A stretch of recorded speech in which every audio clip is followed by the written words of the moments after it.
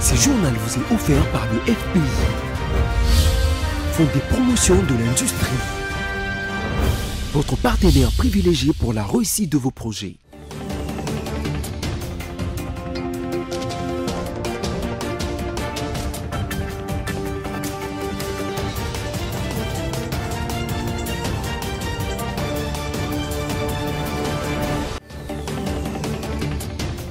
Bienvenue à tous à ce nouveau numéro du journal sur BSC TV. Mesdames et messieurs, voici le sommaire.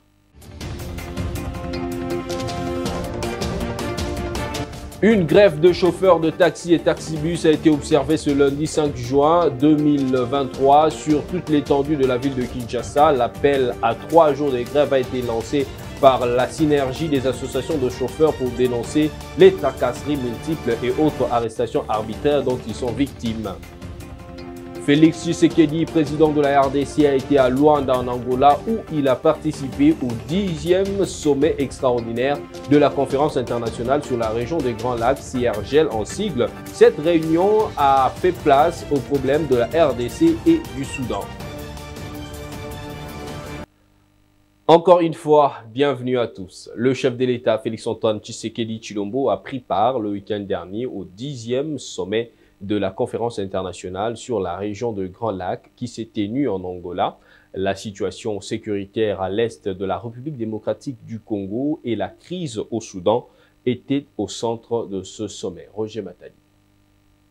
Le 10e sommet extraordinaire de la conférence internationale sur la région des Grands Lacs tenu à Luanda dans le but d'analyser la situation sécuritaire dans l'est de la RDC et en République du Soudan, qui ont pris part à ces sommets les 12 pays de la CIRGL, dont la RDC qui a été représentée par le chef de l'État, Félix Tshisekedi, accompagné de vice-premier ministre de la Défense et Affaires étrangères, du ministre d'État à l'intégration régionale et d'autres experts de son cabinet. Outre le pays de la CIRGL, les sommets a connu la participation du président de la Commission de l'Union africaine, de l'envoyé spécial du secrétaire général de l'Organisation des Nations Unies pour le Grand Lac, ainsi que la chef de la MONUSCO, Bintou Keïta. Dans son allocution d'ouverture dans la salle de conférence de l'hôtel Intercontinental, le président Lourenço a indiqué que cette rencontre devrait permettre de faire le point sur le processus de Luanda et celui de Nairobi. Il a annoncé la tenue dans les prochains jours à Luanda d'une réunion quadripartite incluant l'EAC, la CIRGL, la CAC sous la coordination de l'Union africaine. À l'issue de leurs travaux à huis clos, les chefs d'État et les chefs des délégations des 12 pays membres de la CIRGL ont pris un certain nombre de résolutions et recommandations favorables à la RDC. Les chefs d'État qui ont participé à ces sommets ont pris acte de la décision de la SADC de déployer ses troupes combattantes dans l'est de la RDC et également salué les déploiements des troupes angolaises pour sécuriser la population brisée par la guerre de M23. La réunion des ministres du genre de la SADC et de la condition féminine s'est clôturée le week-end dernier à Kinshasa. Dans cette réunion des clôtures, quelques ministres en charge du genre de la SADC ont pris part à ces assises aux côtés du ministre congolais du genre, Myriel Massangou, et du vice-premier ministre de la fonction publique, Jean-Pierre Liaou. Les détails avec Yves Maélé. Sous le haut patronage du chef de l'État, Félix-Antoine Tshisekedi Tshilombo, la ministre du genre a présidé le vendredi 2 juin 2023 au Pullman Hotel à Kinshasa la réunion de clôture du ministre de la SADC en charge du genre et de la condition féminine. Et devant le ministre de quelques pays membres de la SADC, les députés nationaux et sénateurs, les membres de corps diplomatiques accrédités en RDC, les délégués d'États membres et acteurs de la société civile, des temps forts ont marqué la première partie de ces assises. Premièrement, l'audience a été conviée à écouter l'hymne national de la RDC et de la SADC. L'accueil et présentation du ministre de la SADC en charge du genre selon la préséance d'État. Prenant la parole au nom du Premier ministre Jean-Michel Samalou Kondé en vue de lancer officiellement ces assises, le vice-premier ministre, ministre en charge de la fonction publique Jean-Pierre Liaou a quant à lui rappelé les efforts fournis par la RDC dans la défense et la promotion du genre. En ce qui concerne le gouvernement de la RDC, hôte de présentes assises, nous prenons la ferme résolution de mettre tout le moyen à notre disposition pour que l'agenda femmes soit effectif et vulgarisé sur toute l'étendue de la République démocratique du Congo. Pour sa part, Mireille Massango Bibimoloko, ministre du Genre, Famille et Enfants de la République démocratique du Congo, a estimé que cette réunion est un cadre de réflexion pour relever le défi en matière de partenariat homme-femme d'ici 2030. Cette réunion est une occasion d'évaluer l'attente des objectifs que nous nous sommes fixés, mais aussi de réfléchir ensemble sur les meilleures approches qui nous permettront de relever les défis auxquels nous faisons face dans le domaine du genre. C'est donc pour moi un cadre de réflexion stratégique pour atteindre la parité entre les hommes et les femmes d'ici 2030. Retenons que la réunion des ministres de la SADC en charge du genre et de la condition féminine a été précédée de celle de hauts fonctionnaires, experts et autres personnalités et tenue toujours au Pullman Hotel à Kinshasa du 30 au 31 mai dernier, qui a également préparé les assises de ces jours. Vous l'avez suivi au sommaire, la population quinoise s'est réveillée ce lundi 5 juin 2023 en faisant un constat amer. En effet, sur les grandes artères de la capitale de la RDC, le transport en commun s'est fait de plus en plus rare, ce qui a rendu les déplacements de la population difficiles. Des groupes de personnes formées dans les arrêts de bus ont été très remarquables. Ginette Fika et Générose Essengo ont fait le constat pour le compte de BCTV. Pour exiger la cessation de la tracasserie de la police de la circulation routière, les chauffeurs de transport en commun de la ville-province de Kinshasa ont décidé d'égarer leurs véhicules pendant 3 jours. Une réalité qui a perturbé la circulation ce lundi. Dans les arrêts de bus de Kinshasa, la population était obligée de patienter pendant 2 heures pour attendre quelques bus Transco, parfois extrêmement pleins, comme l'expliquent quelques Quinois rencontrés ce matin. Pour le moment, comme l'État n'a pas de moyens, il doit maintenant voir. Depuis le matin, le transport est tellement difficile que nous ne savons même pas nous déplacer. Et je suis là, ça fait 2 heures du temps. 2 heures du temps. Mais ce que j'ai entendu parler par les gens, c'est la grève, disons, la grève des chauffeurs. Alors, je n'ai pas compris le mobile de cette grève. Subitement, on s'est réveillé le matin, le transport est difficile. Moi, j'ai quitté de chez moi jusqu'ici, confiné dans le Transco. Tu vois, c'est le Transco, en quelque sorte, qui essaye de pallier à cette situation. On est entré à bord, entassé, et pour aujourd'hui, ils ont même accepté de pouvoir faire entrer les passagers par derrière. J'ai compris que le poids était tellement lourd. Pour le moment, comme l'État n'a pas de moyens, il doit maintenant voir, il réclame quoi? Voir, trouver le point d'équilibre. Ce qui demande avec ce que l'État demande, on trouve un point d'équilibre, c'est tout. Pourquoi il y a tracasserie? Pourquoi les chauffeurs augmentent les prix de transport? C'est à débattre, d'accord? Sur place, à Victoire, les capitaines honorés, commandant de la sécurité publique de Victoire, interpellent ce chauffeur qui, selon lui, menace ces des bus Transco qui essayent d'aider la population. Nous sommes dans un pays où il y a la démocratie. Si les gens veulent gréver, c'est un droit. Le droit de grève est reconnu aux gens, mais vous devez respecter les normes. Les bus que vous voyez ici, les Transco, ce sont les bus de l'État et d'autres sociétés privées qui travaillent avec l'État et ils n'ont pas grévé. Mais de notre grande surprise, nos amis qui ont préféré gréver sont descendus sur la route pour commencer à lapider les bus de l'État, d'autres personnes, des privés, qui se rendent au service. Ça, ce n'est pas acceptable. Nous ne pouvons pas accepter de telles choses. Si vous voulez gréver, restez à la maison. Et nous allons constater les conséquences si vous êtes plus important que tout le monde. Mais sortir, barricader les routes, tout ça pourquoi? Ça, c'est troubler l'ordre public. Autre triste réalité, pendant ces temps, le conducteur des taxis motos, appelé communément Wewa, profite de l'occasion pour augmenter les prix de course. La planète Terre célèbre chaque 5 juin la journée mondiale de l'environnement et c'est dans le but de soulever les questions essentielles de la protection de l'environnement et ses conséquences sur la qualité des vies des populations ainsi que la survie de notre planète. Roger Matadi nous en dit plus. Lancé par l'Organisation des Nations Unies en 1970, à l'occasion de l'ouverture de la Conférence des Nations Unies sur l'environnement de Stockholm.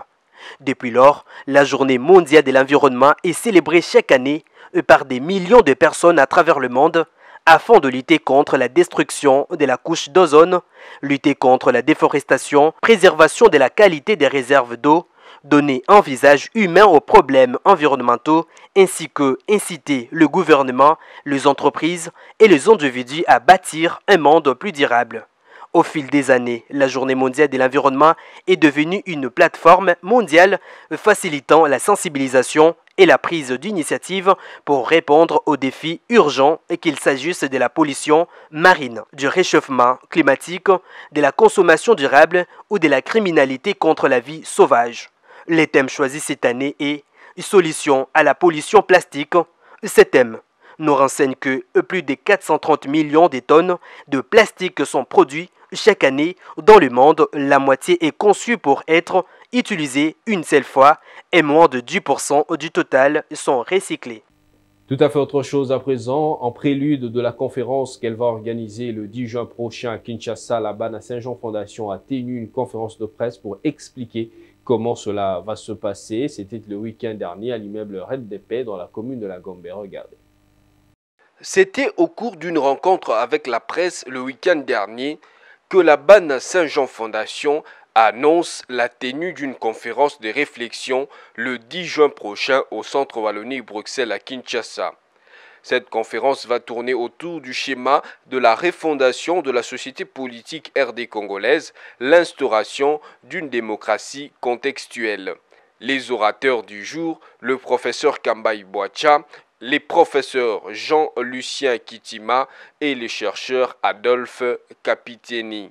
Ce dernier a fait savoir que c'est avec des bonnes idées et de nobles valeurs que la RDC pourra se développer. Mettre la vision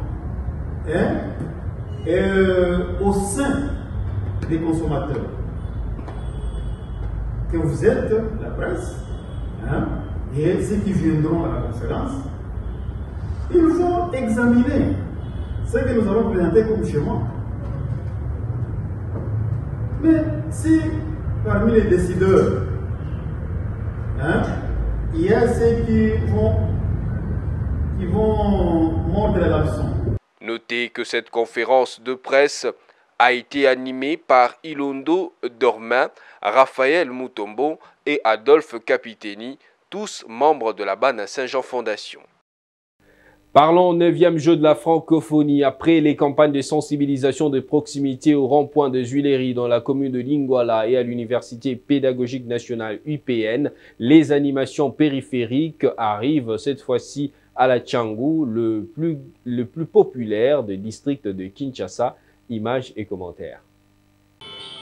Le comité national de 9e jeu de la francophonie, à travers sa commission des animations périphériques, a investi la commune d'Ndjili par une parade avec la star du jour, Massano, la mascotte de jeu. Une parade qui a commencé sur le boulevard de Lumumba jusqu'au terrain Bonsoni en passant par les boulevards Kimbuta. Musique, danse, chorégraphie et acrobatie ont attiré du monde le long du parcours jusqu'au point de chute. Une parfaite occasion de communier avec la population de cette partie de la capitale.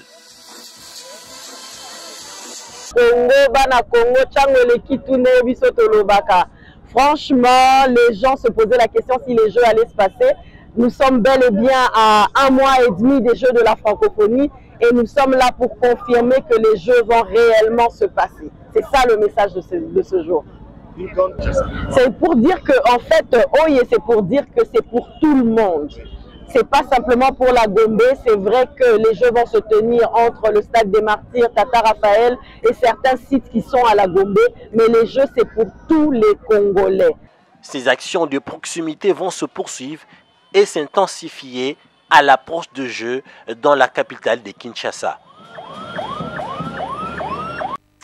Et puis en province, des avancées significatives ont été remarquables durant les 2 ans de l'état de siège en Ituri, et ce grâce à la collaboration avec la MONUSCO, a reconnu le sous-secrétaire général de l'ONU en charge de maintien de la paix, Jean-Pierre Lacroix, qui a bouclé sa mission de 24 heures en Ituri.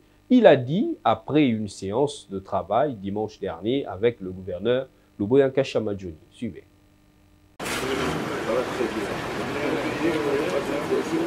Le sous-secrétaire général des Nations Unies en charge des opérations de maintien de la paix se félicite de la collaboration qui existe entre l'administration militaire et la MONUSCO dans la conduite des opérations de stabilisation ainsi que la restauration de la paix dans une approche globale en cette période de l'état de siège. C'est ce qui a permis à la reconquête de plusieurs villages et des milliers de déplacés à regagner leur milieu d'origine. Déclaration faite ce dimanche après un échange avec le gouverneur militaire de l'Ituri sur la situation sécuritaire et humanitaire de la province. Je voudrais remercier son Excellence le gouverneur pour son accueil chaleureux et aussi pour l'excellent travail en commun entre les autorités provinciales dans toutes leurs composantes civiles, militaires et police et nos collègues de la MONUSCO. Vraiment, nous travaillons main dans la main. Je pense que c'est un modèle en fait de coopération. Certes, il y a beaucoup de défis, mais nous travaillons ensemble à surmonter ces défis. Le gouverneur nous a déjà indiqué qu'il y a des retours assez substantiels, dans plusieurs centaines de milliers de personnes qui sont retournées. C'est ça qu'il faut continuer, parce que l'objectif, c'est pas que les populations restent dans des camps de déplacés à recevoir de l'aide humanitaire. Évidemment, c'est mieux que de perdre la vie, mais c'est de créer les conditions pour qu'elles puissent retourner chez elles. Occasion pour le lieutenant général Luboyanka Chamadjoni, gouverneur et commandant des opérations militaires, de réitérer son message aux groupes armés à s'aligner sur le chemin de la paix. Et donc, aujourd'hui, la boucle est bouclée. Les opérations, la justice, l'humanitaire et maintenant, tous les grands responsables, que ce soit sur le plan international, sur le plan national avec le Premier ministre, sont venus. Donc d'ici là, nous allons encore davantage monter en puissance et nous allons mener des opérations d'arrestation, des opérations dans le DD là-bas. Donc voilà, vous avez tous les choix devant vous, la route est balisée, à vous de faire votre choix. Si vous ne voulez pas, vous serez neutralisé et vous irez vers la justice. C'est même dimanche, ce haut fonctionnaire des Nations Unies va se rendre à Drodro, en territoire de Djougou, à la rencontre des déplacés affectés par le conflit armé, en prévision d'une assistance humanitaire et de réconfort moral. Il s'y est de signaler que la visite de Jean-Pierre Lacroix au chef-lieu de l'Ituri intervient après la mission judiciaire du procureur de la CPI, un message fort pour l'ennemi de la paix. Place à présent au rappel de principaux titres.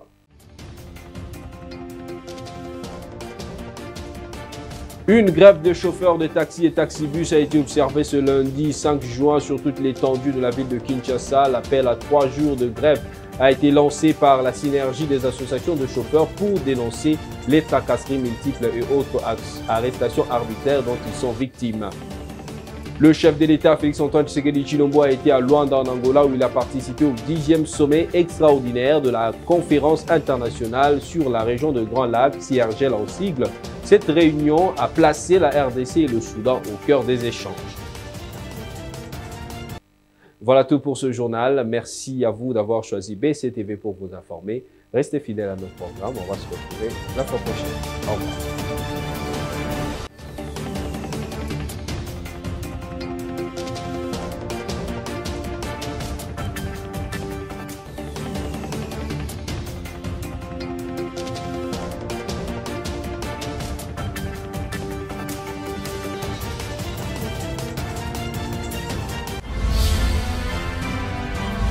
Ce journal vous a été offert par le FPI. Fonds des promotions de l'industrie. Votre partenaire privilégié pour la réussite de vos projets.